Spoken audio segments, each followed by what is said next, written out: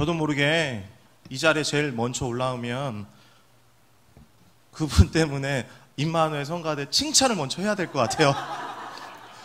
헌신 예배였으면 안 하는데 찬양 예배니까, 우리 찬양 예배 항상 어느 분이 하시니까 너무 잘하셨고요. 제가 임마누엘 성가대들 할 때마다 느끼는 게 뭐냐면 성가대 벽이 높다 그런 생각이 많이 들었고요. 나중에 혹시 솔로 할 기회가 있으면 저를 한번 써주시면 어떠실까 생각을 해봅니다. 오늘 제목은요, 잠깐 쉬어라라는 제목인데요. 설교 제목에서도 알 수 있듯이 설교가 길겠어요, 짧겠어요? 짧겠어요. 짧을 거예요. 지금 이 시간 벌써 영혼과 마음이 고향에 가 있고 음식에 가 있고 가 있는 분이 계실 거예요. 빨리 영혼과 몸과 마음을 가지고 오셔서 우리 잠깐 또 말씀을 통해 은혜 받고요, 또 도전 받고 그렇게 나아갔으면 좋겠습니다. 교회 중직을 맡아서 열심히 일하던 한 집사님이 계셨습니다. 이 집사님이 과로를 해서 그만 쓰러지고 말았어요. 그래서 담임 목사님께서 그 소식을 듣고 이제 급히 병원으로 신방을 가서 그 집사님한테 이렇게 얘기했어요. 집사님, 휴식도 하나님께서 주시는 축복입니다. 이참에 일주일 정도 푹 쉬세요 라고 이야기를 했어요. 그러니까 이 집사님이 이렇게 대답했습니다. 그런데 목사님, 쉬면서 어떤 일을 해야 될까요? 라고 이야기하는 거예요. 목사님이 이거 증세가 심한데요, 중증입니다. 좀 마음을 느긋하게 하고 여유를 갖고 좀 쉬세요. 찬송가 456장 주와 같이 길 가는 것을 부르다 보면 마음에 여유가 생기니까 그 찬양을 좀 부르면서 쉬세요 라고 이야기했어요. 그리고 목사님이 이렇게 얘기했습니다. 자, 지금부터 예배를 시작하겠습니다. 바쁘니까 찬송가는 1절만 드리겠습니다. 그 모습을 보고 집사님이 이렇게 얘기했어요. 목사님이 쉬셔야 될 것 같아요. 이번 주는 민족 고유의 명절인 추석입니다. 제가 지난 교회에서 교구도 담당하고 학생부도 담당했는데 그때 학생들에게 추석 이쯤에 설교를 했어요. 그래서 애들한테 이렇게 질문했습니다. 얘들아, 추석하면 뭐가 제일 먼저 떠오르니? 라고 이야기하니까 아이들이 세 글자로 정했어요. 뭐라고 했을까요? 쉬는 날. 틀려요? 맞아요? 맞잖아요. 혹시 쉬지 않으신 분 계세요? 없으시잖아요. 우리가 성경을 읽다 보면 쉬라는 말이 생각보다 많이 나옵니다. 안식일에도 하나님께서는 쉬라고 말씀하셨고요. 그리고 유월절, 오순절, 장막절 같이 절기에는 일주일을 쉬라고 말씀하셨습니다. 그리고 6년 동안은 열심히 일하고 7년이 되는 안식년에는 1년을 쉬라고 말씀하셨어요. 그리고 안식년이 7번 반복되는 50년째 되는 희년에는 큰 휴식을 취해라 라고 이야기를 했다는 것입니다. 여러분, 휴식은 절대 낭비가 아니라는 거예요. 우리는 언제부턴가 쉬는 것을, 휴식하는 것을 낭비라고 생각했어요. 그래서 쉬는 그 순간에도 무엇인가를 하지 않으면 내가 지금 잘못 살고 있는 건 아닌가라고 고민하기 이르렀다는 겁니다. 그 결과 휴식의 참된 의미를 상실하게 되었고요, 안식의 축복을 상실하게 되었다는 것입니다. 성경은 분명히 이야기하는 거예요. 휴식은 하나님께 주시는 축복이라는 것입니다. 그것을 아셔야 되는 거예요. 평소에 일밖에 모르는 남편이 있었어요. 근데 그날은 이제 결혼기념일이라 아내와 함께 외식을 하러 나갔습니다. 그래서 고급 레스토랑에 가서 열심히 스테이크를 썰고 있는데 고급 레스토랑이니까 어떤 여인이 나와서 피아노를 막 반주하는 거예요. 피아노의 아름다운 선율을 그걸 느끼고 아내가 기분이 업됐어요. 그래가지고 남편한테 이렇게 얘기했습니다. 여보, 이 곡이 뭐야? 라고 물어보니까 남편이 고개도 쳐다보지 않고 이렇게 얘기했어요. 무식한 여편네야, 소곡이 아니야. 절대 성도님들 저 소곡이 앉아서 이런 거 아니에요. 너무 일만 하느라 아내의 마음도 모르고 음악도 모르고 휴식도 모르는 남편을 진짜 좋은 남편이라고 할 수 있겠냐는 거예요. 여러분, 이제 오늘 본문 말씀 보세요. 오늘 본문 말씀을 보시면 이렇게 시작합니다. 30절 말씀 같이 한번 읽어볼게요. 30절 말씀 읽겠습니다. 시작. 사도들이 예수께 모여 자기들의 행한 것과 가르친 것을 낱낱이 고하니. 아멘. 주님의 제자들이 전도하러 나갔어요. 그리고 다시 들어왔습니다. 그리고 우리 주님께 전도에 대한 보고, 선교 보고를 하고 있었습니다. 전도 현장에서 놀라운 이적들이 일어났어요. 놀라운 열매를 맺게 되었습니다. 그래서 제자들이 흥분 어린 그런 어투로 계속해서 선교에 대한 보고를 하기 시작했어요. 주님, 가버나움에서 이런 일이 일어났어요. 이런 일도 벌어졌어요. 저런 일도 일어났어요. 그래서 흥분을 가라앉히지 못하고 계속 선교 보고를 하고 있는 그때 주님께서 제자들을 쳐다보면서 이렇게 말씀하셨어요. 31절 말씀 같이 한번 읽어봅시다. 31절 말씀 읽겠습니다. 시작. 이르시되 너희는 따로 한적한 곳에 와서 잠깐 쉬어라 하시니 이는 오고 가는 사람이 많아 음식 먹을 겨를도 없음이라. 아멘. 주님께서 제자들 선교 보고를 막으신 거예요. 중단하신 거예요. 그래서 제자들한테 이야기하는 거예요. 너네 좀 가서 쉬어야겠다. 주님께서 제자들한테 이렇게 이야기하신 게 오늘 우리에게 이런 질문으로 다가오셔야 되는 거예요. 왜 우리가 쉬어야 할 것인가? 왜 우리의 삶에 휴식이 필요한 것일까? 그런 질문을 하셔야 되는 거예요. 도대체 우리 삶에 휴식이 왜 필요할까요? 우리 삶에 휴식이 어떤 유익이 있을까요? 오늘 본문 말씀을 통해 그것을 함께 알아보며 은혜를 나누는 이 오후 시간이 되었으면 좋겠습니다. 첫째입니다. 첫째, 휴식이 왜 필요하냐면 돌아봄이 필요하기 때문에 그렇다는 거예요. 우리는 성취한 것을 돌아보는 여유를 위해 휴식이 필요하다는 거예요.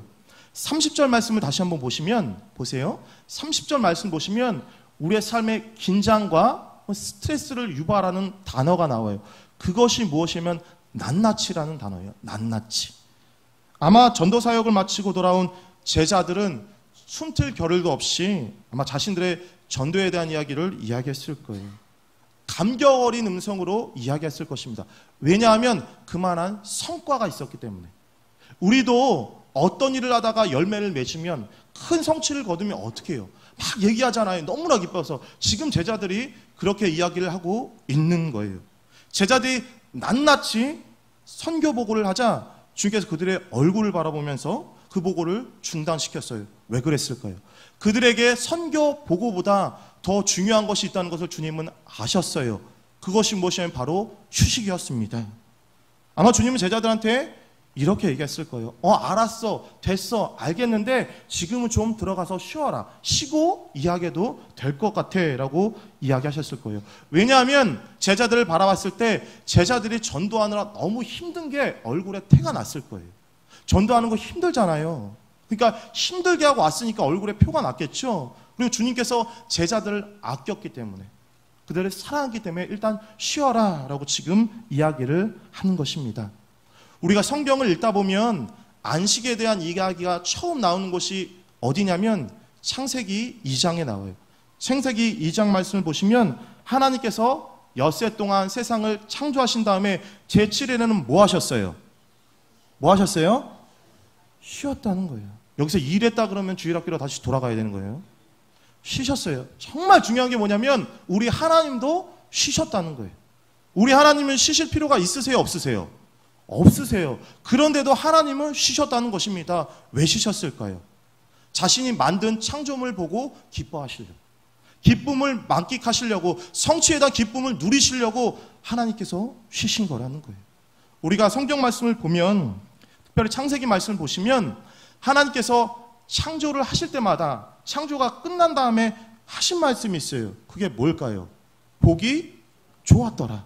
그렇게 말씀하셨어요. 그리고 이제 여섯째 날에는, 그리고 이제 여섯째 날 창조를 마친 다음에는 주님께서 뭐라고 하셨냐면 심히 좋았더라. 주님께서 창조물을 보고 좋으셨다는 거예요. 너무 기쁘셨다는 거예요. 그것을 만끽하려고, 그것을 기뻐하려고 우리 하나님은 쉬실 필요가 없으신데도 쉬셨다는 거예요. 그럼 하나님도 쉬셨는데 우리는 쉬어야 될까요? 일만 해야 될까요? 쉬어야 한다는 거예요. 우리 삶에 휴식이, 안식이 반드시 필요하다는 것입니다. 어떤 영업 택시를 모는 한 사람이 있었습니다. 그에게 소원이 있었어요. 그의 소원은 무엇이었냐면 개인 택시를 모는 거였습니다. 그래서 열심히 일했어요. 누구보다 열심히 일했습니다. 돈을 쓰지도 않고 모았어요. 그래서 그가 그토록 원하던 개인 택시를 소유하게 되었습니다. 이제 버는 족족 내 돈이 되니까 그때부터 또 쉬지 않고 일을 하기 시작했어요. 손님을 태우고 또 태우고 또 태웠어요. 그리고 12시가 넘으면 어떤 일이 벌어져요? 할증 요금이 붙으니까 돈을 더 많이 버는 거예요. 그래서 집에 가서 쉬어야 되는데도 일을 하고 또 일하고 사람을 태우고 태웠습니다. 그래서 정말 쉬어야 되는데 쉬지 못하고 그렇게 일을 하다가 집에 돌아오는 길에 과로로 쓰러졌어요. 그리고 영원히 일어나지 못했다고 합니다. 여러분, 이 사람의 삶이 과연 어떤 삶이냐는 거예요. 이런 비극적인 삶이 우리 삶에도 일어날 수 있다는 것입니다. 우리 사랑하는 성도님들은 지금까지 누구보다 열심히 일하셨을 거예요. 누구보다 많이 땀을 흘리며 살아오셨을 것입니다. 그런데 우리가 놓치지 말아야 될 중요한 사실이 있다는 거예요. 그것은 무엇이냐면 우리의 삶을 돌아볼 수 있는 여유가 있어야 된다는 거예요. 우리가 너무 앞만 보고 달려가지는 않아야 된다는 거예요. 하나님께서 주신 은혜들을 만끽하며 누릴 수 있는 여유가 우리 삶에 있어야 된다는 것입니다. 두 사람이 숲속에서 아침부터 저녁까지 똑같은 시간에 똑같은 도끼를 가지고 나무를 찢기 시작했어요. 근데 한 사람은 점심에 딱 30분만을 쉬고 계속 일만 했어요. 그리고 또 어떤 사람은 적어도 5번 이상을 쉬었습니다. 그리고 이제 저녁에 돼서 서로 일한 것의 성과를 비교했는데 누가 더 나무를 많이 뱄을까요? 많이 쉰 사람이 더 많이 배웠어요. 그래서 30분밖에 쉬지 않은 사람이 그 사람한테 물어봤어요. 이보게 친구, 당신은 나보다 훨씬 많이 쉬었는데 어떻게 당신이 나보다 많은 나무를 벨 수 있었는가? 라고 물어봤어요. 그러니까 이 친구가 이렇게 대답했습니다. 이보게, 나는 쉬는 시간에 도끼를 다듬고 나를 세웠다네. 그리고 쉬면서 힘을 비축해서 다시 한번 힘차게 나무를 베었다네. 그게 내가 당신보다 더 많은 나무를 벨 수 있었던 이유라네 라고 이야기했다는 거예요. 휴식은 절대 낭비가 아닙니다. 휴식은 자신의 삶을 돌아보고 새로운 내일을 만들 수 있는 준비의 시간이라는 거예요. 지금 우리 성도님들은 얼마나 휴식과 안식을 만끽하고 계시나요? 이번 한 주간의 추석 명절 기간 가운데 삶의 여유를 다시 한번 찾을 수 있는 저와 여러분들 되기를 주님의 이름으로 소망합니다. 하나님께 주신 그 은혜들을 나누며 누릴 수 있는 추석 연휴가 되기를 주님의 이름으로 소망합니다. 두 번째입니다.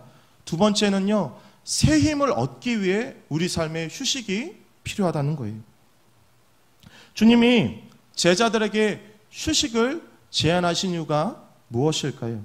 그것은 지금 제자들이요, 먹지도 못한 채 보고라는 행동에 매달려 있기 때문에 그렇다는 거예요. 와서 음식도 먹고 쉰 다음에 보고를 해도 되는데 지금 보고를 제일 먼저 하고 있었다는 거예요. 아마 이 제자들이 계속 이렇게 보고만 하고 있었다면 그들은 탈진했을 거예요. 주님께서는 제자들이 이야기할 때 그들을 바라보면서 탈진의 징후를 보게 되었다는 거예요. 그래서 제자들한테 가장 먼저 한 일이 무엇이냐면 너희 지금 가서 빨리 쉬어라고 지금 이야기하는 것입니다. 그런 의미에서 주님이 제자들에게 휴식을 제안하신 이유는 새로운 내일을 위한 영적인, 육적인 재충전의 시간이었다는 거예요. 사실 주님께서 말씀하신 이 쉬어라라는 말은 무슨 뜻이 있냐면 충분히 휴식을 취해라. 또 어떤 뜻이 있냐면 새로운 원기를 회복해라. 새로운 내일을 준비하려면 너네는 쉬어야 돼 라고 지금 주님께서 말씀하시는 거예요. 이 순간 너희가 먹지 않으면, 이 시간 쉬지 않으면 너에겐 새로운 내일이 없을 거야. 그런 의미로 지금 주님께서 제자들한테 쉬라고 지금 말씀하고 있는 것입니다. 또한 주님은 친절하게 제자들이 쉴 곳도 말씀해 주셨어요. 31절 말씀을 다시 한번 읽어볼게요. 31절 말씀 읽겠습니다. 시작. 이르시되 너희는 따로 한적한 곳에 와서 잠깐 쉬어라 하시니 이는 오고 가는 사람이 많아 음식 먹을 겨를도 없습니다. 아멘. 주님이 쉴 장소를 알려주셨어요. 그게 어디냐면 한적한 곳이라는 거예요. 여기서 말하는 한적한 곳은 문자 그대로 설명하면 외롭고 적막한 사막, 광야를 이야기하는 것입니다. 사막은 그렇게 멀리 있지 않았어요. 당시 이스라엘 백성들에게는 갈릴리 바다에 멀지 않은 곳에 벳세다라는 평지가 있었어요. 근데 그곳이 이들에게는 광야와 같은 곳이었다는 거예요. 저는 우리의 인생에 이런 사막과 광야가 필요하다고 생각합니다. 우리 하루의 집의 방이 그런 공간이 될 수도 있고요. 때로는 가까운 정자가 그런 공간이 될 수도 있고요. 교회가 그런 공간이 될 수 있다는 거예요. 정말 우리가 마음이 아플 때, 힘들 때, 괴로울 때 주님 앞에 나와서 부르짖으며 새로운 힘을 얻을 수 있는 그런 공간이 있다면 우리는 참 행복한 사람일 것입니다. 그런 공간이 여러분들의 삶께도 있기를 주님의 이름으로 소망합니다. 한 심리학자가요, 재미있는 실험을 했어요. 어떤 실험을 했냐면 사람이 열심히 공부하고 있는 도서관에 가서 하루 종일 있으면서 실험을 했는데, 어떤 실험을 했냐면 도서관이니까 사람들이 뭐하고 있겠어요? 공부하고 있겠죠. 열심히 공부하고 있을 때 한 실험인이 엄청 많은 책을 들고 갑니다. 들고 가요. 그래서 공부하는 사람 바로 앞에 실수인 척 책을 딱 떨어뜨려요. 그럼 과연 공부하고 있던 이 사람이 그 책을 주워줄 것인가, 주워주지 않을 것인가, 그것을 보는 게 실험의 내용이었어요. 그래서 이제 실험맨이 책을 열심히 들고 가서 공부하는 사람들 앞에서 책을 탁 떨어뜨렸어요. 그러니까 몇 명이 주워졌냐면 60%가 주워주었다고 합니다. 그러니까 10명 중에 6명이 책을 주워줬다는 거예요. 그리고 이제 다음 날이 됐어요. 다음 날에도 동일한 실험을 했습니다. 근데 이번엔 조금 다르게 했어요. 당시 도서관 관리인한테 양해를 구하고 그 앞에 잔디 깎는 기계를 돌렸어요. 잔디 깎는 기계를 돌리면 시끄러워요? 시끄럽지 않아요? 시끄럽겠죠? 엄청 시끄럽겠죠? 근데 동일한 시간에 동일한 실험인이 똑같이 책을 떨어뜨렸어요. 몇 명이나 책을 주워줬을까요? 10%만이 책을 주워줬다는 거예요. 그러니까 10명 중에 1명만 책을 주워줬다는 것입니다. 그럼 이 실험이 우리에게 시사하는 내용이 뭐예요? 시끄러움이라는 것이, 분주함이라는 것에 우리의 삶의 여유를 빼앗아간다는 거예요. 그러니까 여러분, 우리가 바쁘면 우리 삶에 여유가 없다는 거예요. 우리의 삶이 번잡스러우면 우리 삶에 휴식이 없어진다는 것입니다. 사람은 누구나 조용한 공간에서 휴식을 만끽할 수가 있다는 거예요. 그렇기 때문에 그런 장소가 우리의 삶에 필요하다는 것입니다. 우리가 예수님의 일생을 복음성을 통해 알면은 예수님은 누구보다 바쁘셨어요. 한간 적이 한 번도 없으셨습니다. 오늘 본문 말씀을 봐도 그래요. 오늘 본문 말씀의 배경이 되는 공간을 보시면 사람들이 음식을 먹기도 힘들 만큼 사람들이 많이 오고 가는 곳이었다는 거예요. 더 쉽게 이야기하면 예수님이 있는 곳에 사람이 많았다는 거예요. 그 사람들이 다 예수님만을 보고 있으니까 예수님이 쉴 수 있었겠냐는 거예요. 없었다는 거예요. 그만큼 바쁘고 한가로울 적이 한 번도 예수님은 없었는데요. 그래도 우리 예수님은 여유를 잃지 않으셨다는 거예요. 그 이유가 어디에 있을까요? 그것은 적절히 쉬셨기 때문에 그게 가능했다는 거예요. 우리 삶에 일할 때와 쉴 때를 아는 지혜가 무엇보다 필요하다고 저는 생각합니다. 무턱대고 일한다고 하나님께서 기뻐하시는 게 아니라는 거예요. 하나님 주신 이 육체도 휴식을 통해 우리는 잘 관리할 필요가 우리에게 있다는 거예요. 우리 예수님께서는요, 일할 때와 쉴 때를 아셨습니다. 그렇기 때문에요, 우리도 일할 때와 쉴 때를 아셔야 되는 거예요. 그럼 질문입니다. 추석 때 일해야 돼요? 쉬셔야 돼요? 너가 주부도 아닌 게 너는 일할 거야? 이럴 수도 있지만 여러분, 쉬셔야 돼요. 휴식이 필요합니다. 물론 일하셔야죠. 음식도 만들고 장도 보시고 여러 가지도 하시지만 그 마음속에는 이 시간이 일하는 날이 아니라 쉬는 날이라는 시간을 좀 가질 수 있는 저와 여러분 되기를 주님의 이름으로 소망합니다. 그리하여서요, 다시 한번 새로운 힘을 얻을 수 있는 저와 여러분을 되셨으면 좋겠습니다. 셋째입니다. 마지막이에요. 세 번째는요, 창조적 내일을 만들기 위해 우리 삶의 휴식이 필요하다는 거예요. 휴식은 미래의 사역을 준비할 수 있는 시간을 줍니다. 우리 예수님도 분명히 쉬셨어요. 근데 우리 예수님은 무턱대고 막 쉬지는 않으셨어요. 왜냐하면 매일매일의 삶이 바쁘고 힘들었기 때문에 아마 쉬는 날이 많지는 않으셨을 거예요. 그런데 우리가 성경을 읽어보면 주님께서도 쉬셨다는 사실을 알게 돼요. 33절 말씀 읽어보겠습니다. 33절 말씀 읽겠습니다. 시작. 그 가는 것을 보고 많은 사람이 저인 줄 안지라. 모든 골로부터 도보로 그것에 달려와 저희보다 먼저 갔더라. 아멘. 주님이 벳사다 강야로 가신다는 소문이 들리니까 사람들이 더 빨리 왔어요.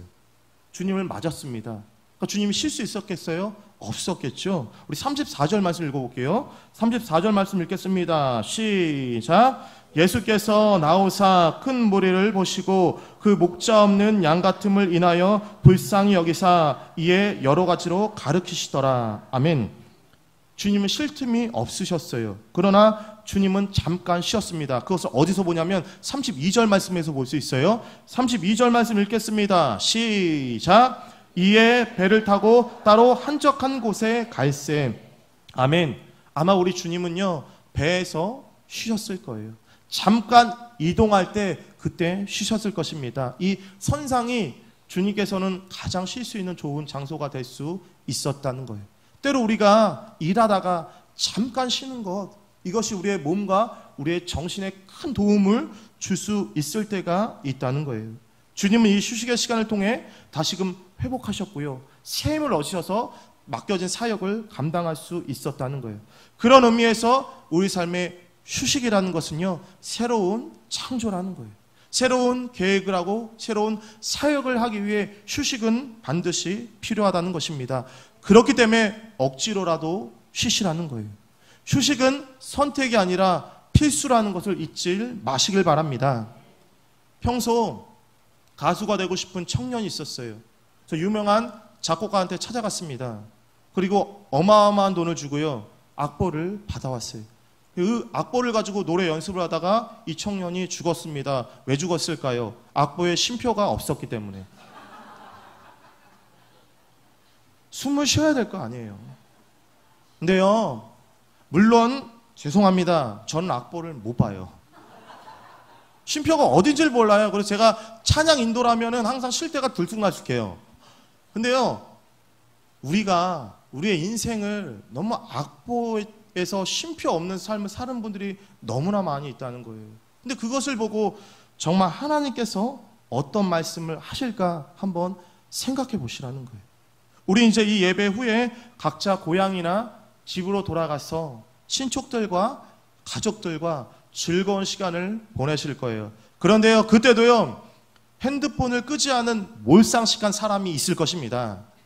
여러분, 이번 추석만큼은요, 핸드폰 한번 꺼보시라는 거예요. 우리가 잠깐 그 시간에도 핸드폰을 끄지 못하고 휴식과 안식을 취하지 못하면 어떻게 새로운 일을 할 수 있겠냐는 거예요. 우리가 핸드폰 볼 그 시간에요, 사랑하는 가족들과 악수를 하고요, 예배를 드리고요, 칭찬할 수 있는 그런 시간들을 많이 만드셨으면 좋겠습니다. 추석 때 제가 전화할 거예요. 전화기 안 꺼져 있는 분들은 알아서들 하세요. 자, 이제 결론 부분입니다. 우리 삶에 왜 휴식이 필요한지, 우리 삶의 안식이 왜 필요한지 우리는 알아봤어요. 그럼 이제 제일 중요한 질문이에요. 어떻게 쉬는 게 잘 쉬는 걸까요? 어떤 것이 성경에서 말하는 참된 안식이냐는 것입니다. 그것을 아셔야겠죠. 따라합시다. 안식의 주인 되시는 주님과 함께하는 것이 참된 안식입니다. 주님과 함께하는 것, 그게 참된 안식이라는 거예요.